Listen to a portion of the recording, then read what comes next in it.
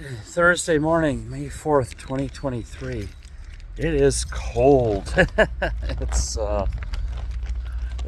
May is supposed to be the introduction to summer, definitely into spring, and it feels like we're in the middle of winter right now. I mean, I didn't check the temperature, but I'm betting that it's around 0 or something. So, what do I want to talk to you about today is medical care in Ukraine. Like if you move here, what's it like with the doctors and everything?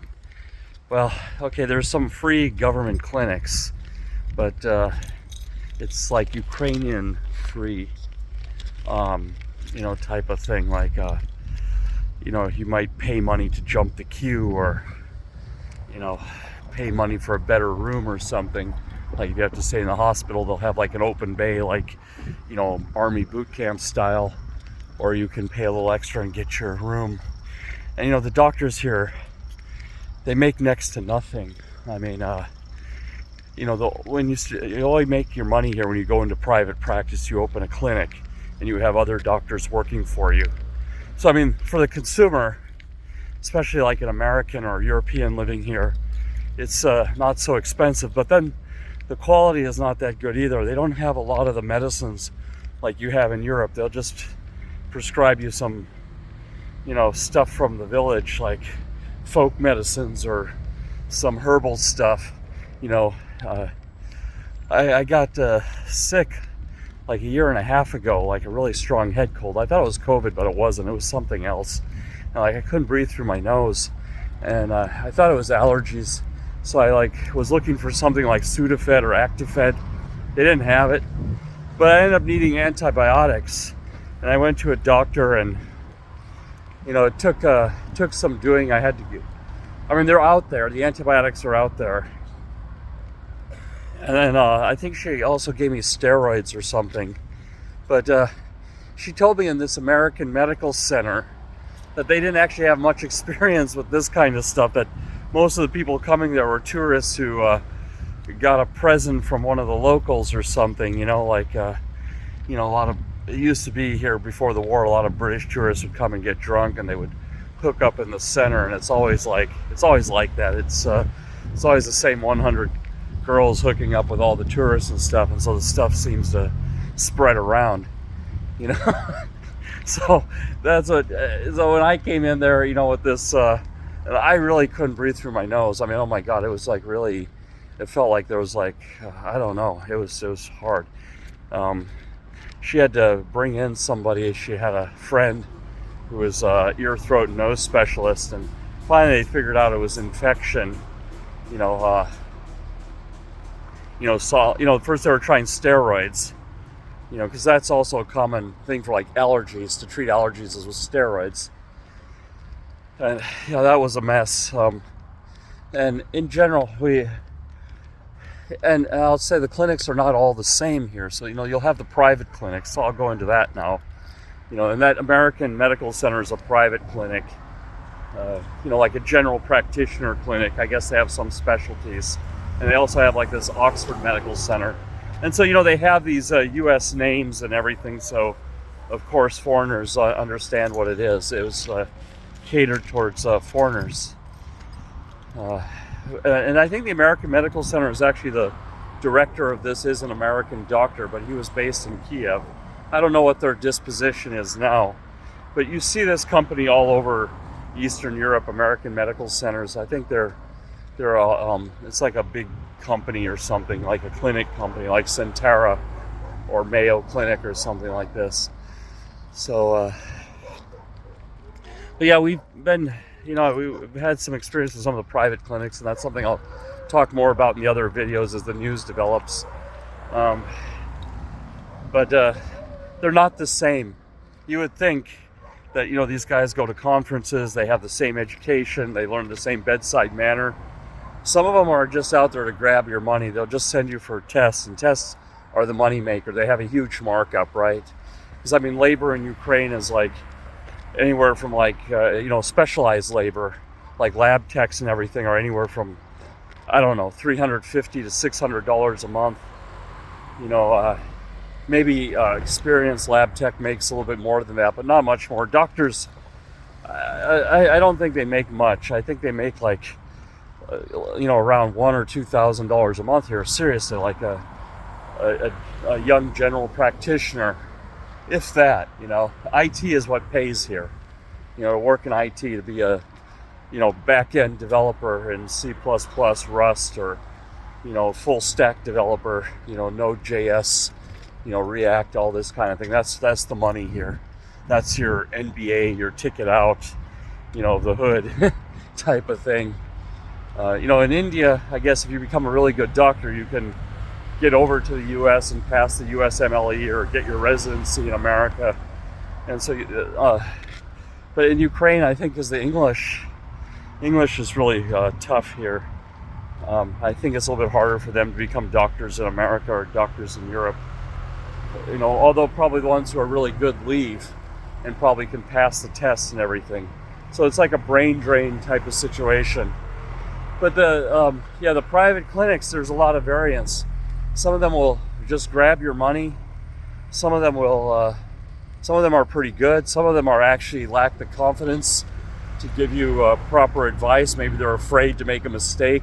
So they just say, yeah, you're fine, and they shoo you out there.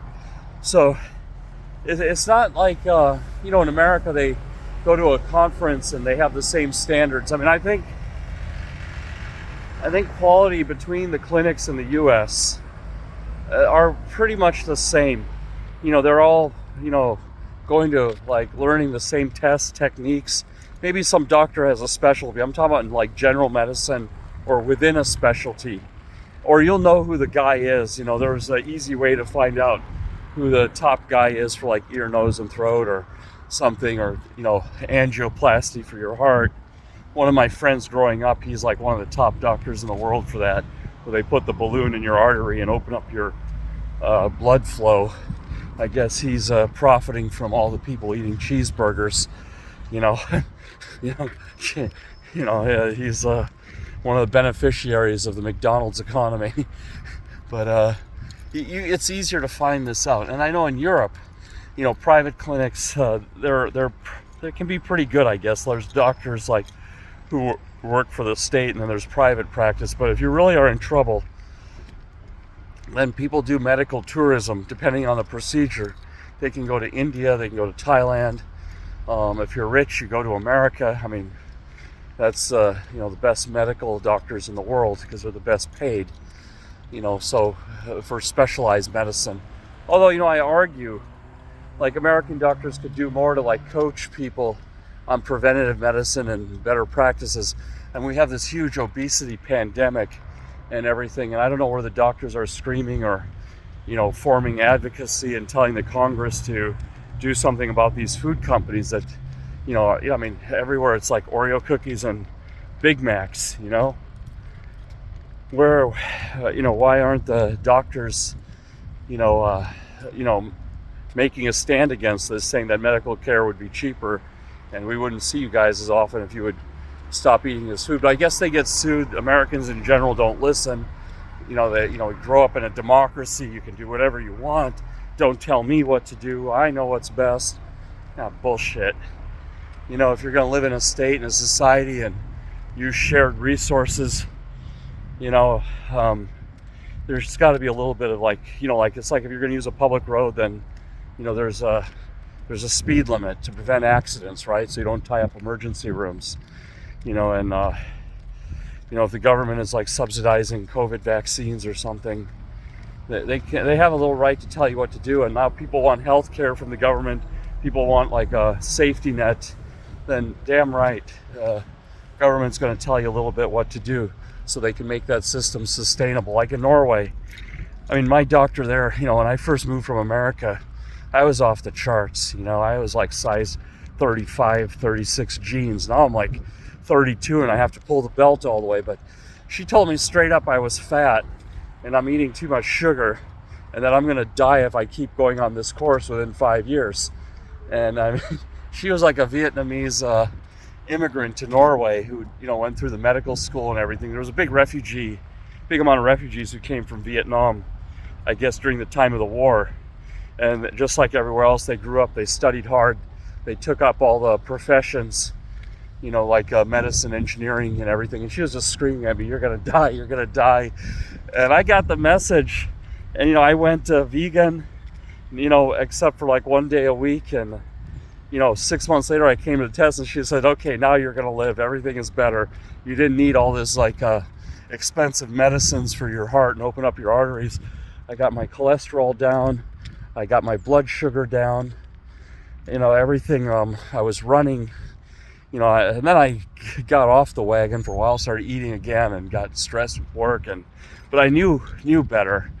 So, because Norway provided that for near free, those doctor visits, you pay crazy taxes there, but your doctor visit's like $10.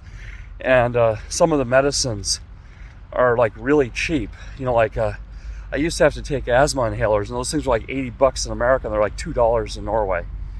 You know, so yeah, it's why not? Why not? It's they're looking out for you.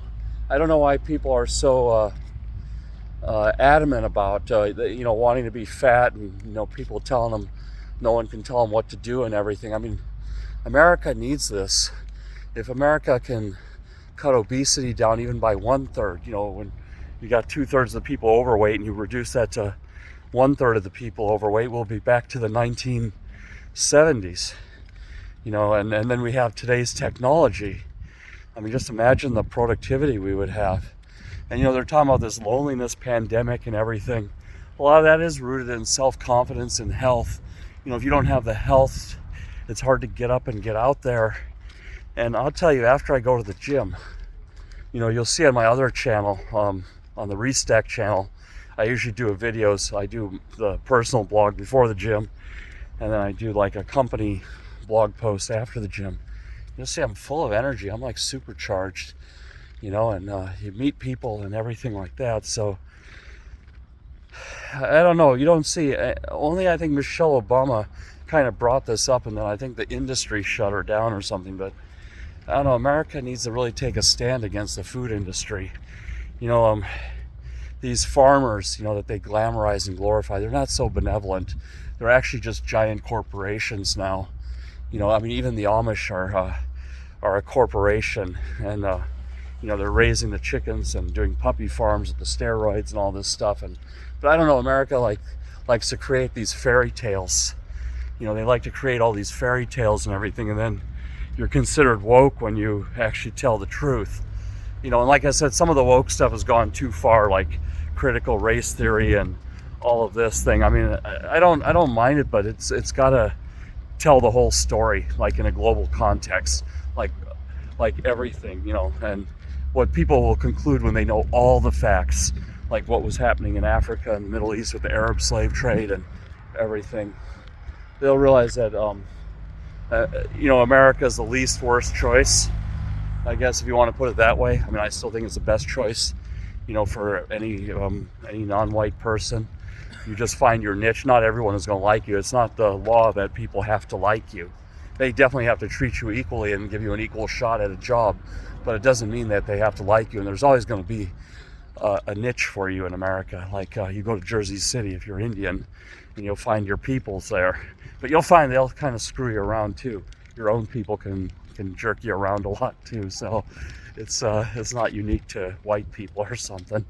You know, so anyway, that's just life, you know, and life is not fair, but it's more fair in America than it is in other places. But yeah, so that's like, yeah, my view. Like here in Ukraine, we got to do a lot of preventative health, because you do not want to get sick here. You know, you do not want to have an emergency room situation here. You know, it's you know, a lot of the doctors now are in the army at the war, and you don't want to get hurt. You don't want to get sick. So we eat a lot of clean food. I mean, in the restaurants you can get sick now. I mean, since the war started, the restaurants, you know, the nice stuff went off the menu because it doesn't sell much, and everything is beer, pizza, and burgers down in the center. There's one restaurant, Shalom, that's reasonably good, but it's just packed. You got to book reservations. But the good ones, like the sushi, isn't that good anymore because it used to be flown in. Now the airport's closed, and it takes like days for the trucks to cross the border. literally the line, like I think I've shown videos, the line can be 10, 20 kilometers long, and the truck drivers are just sitting there. I just can't even imagine that life, like just waiting. You know, doing nothing is the hardest thing to do in the world. I mean, it's all the same, you know, it's part of the transit, but it's just more fun, I guess, if you're driving for 3 days versus sitting for 3 days, even though the pay would be the same or something. So, yeah, I really feel for that. The situation on the border is crazy. But we're supposedly getting a train now to Warsaw direct from Lviv. It's supposedly going to open up a line, and then that'll be fun. We'll go Warsaw like once a month, I think. Visit my buddy Marek. You know? Yeah, I told him some big news yesterday. So, yeah, so I'm almost at the gym. But yeah, that's my thoughts about like medical care here. You know, if you move to Lviv or something, give me a call. I'll give you all the tips. You know, you can benefit from my years of trial and error here and finding the right people and what have you. And it's still always changing. The doctors come and go. You know, so it's always like a volatile situation. But anyway, take care, and we'll see you next time.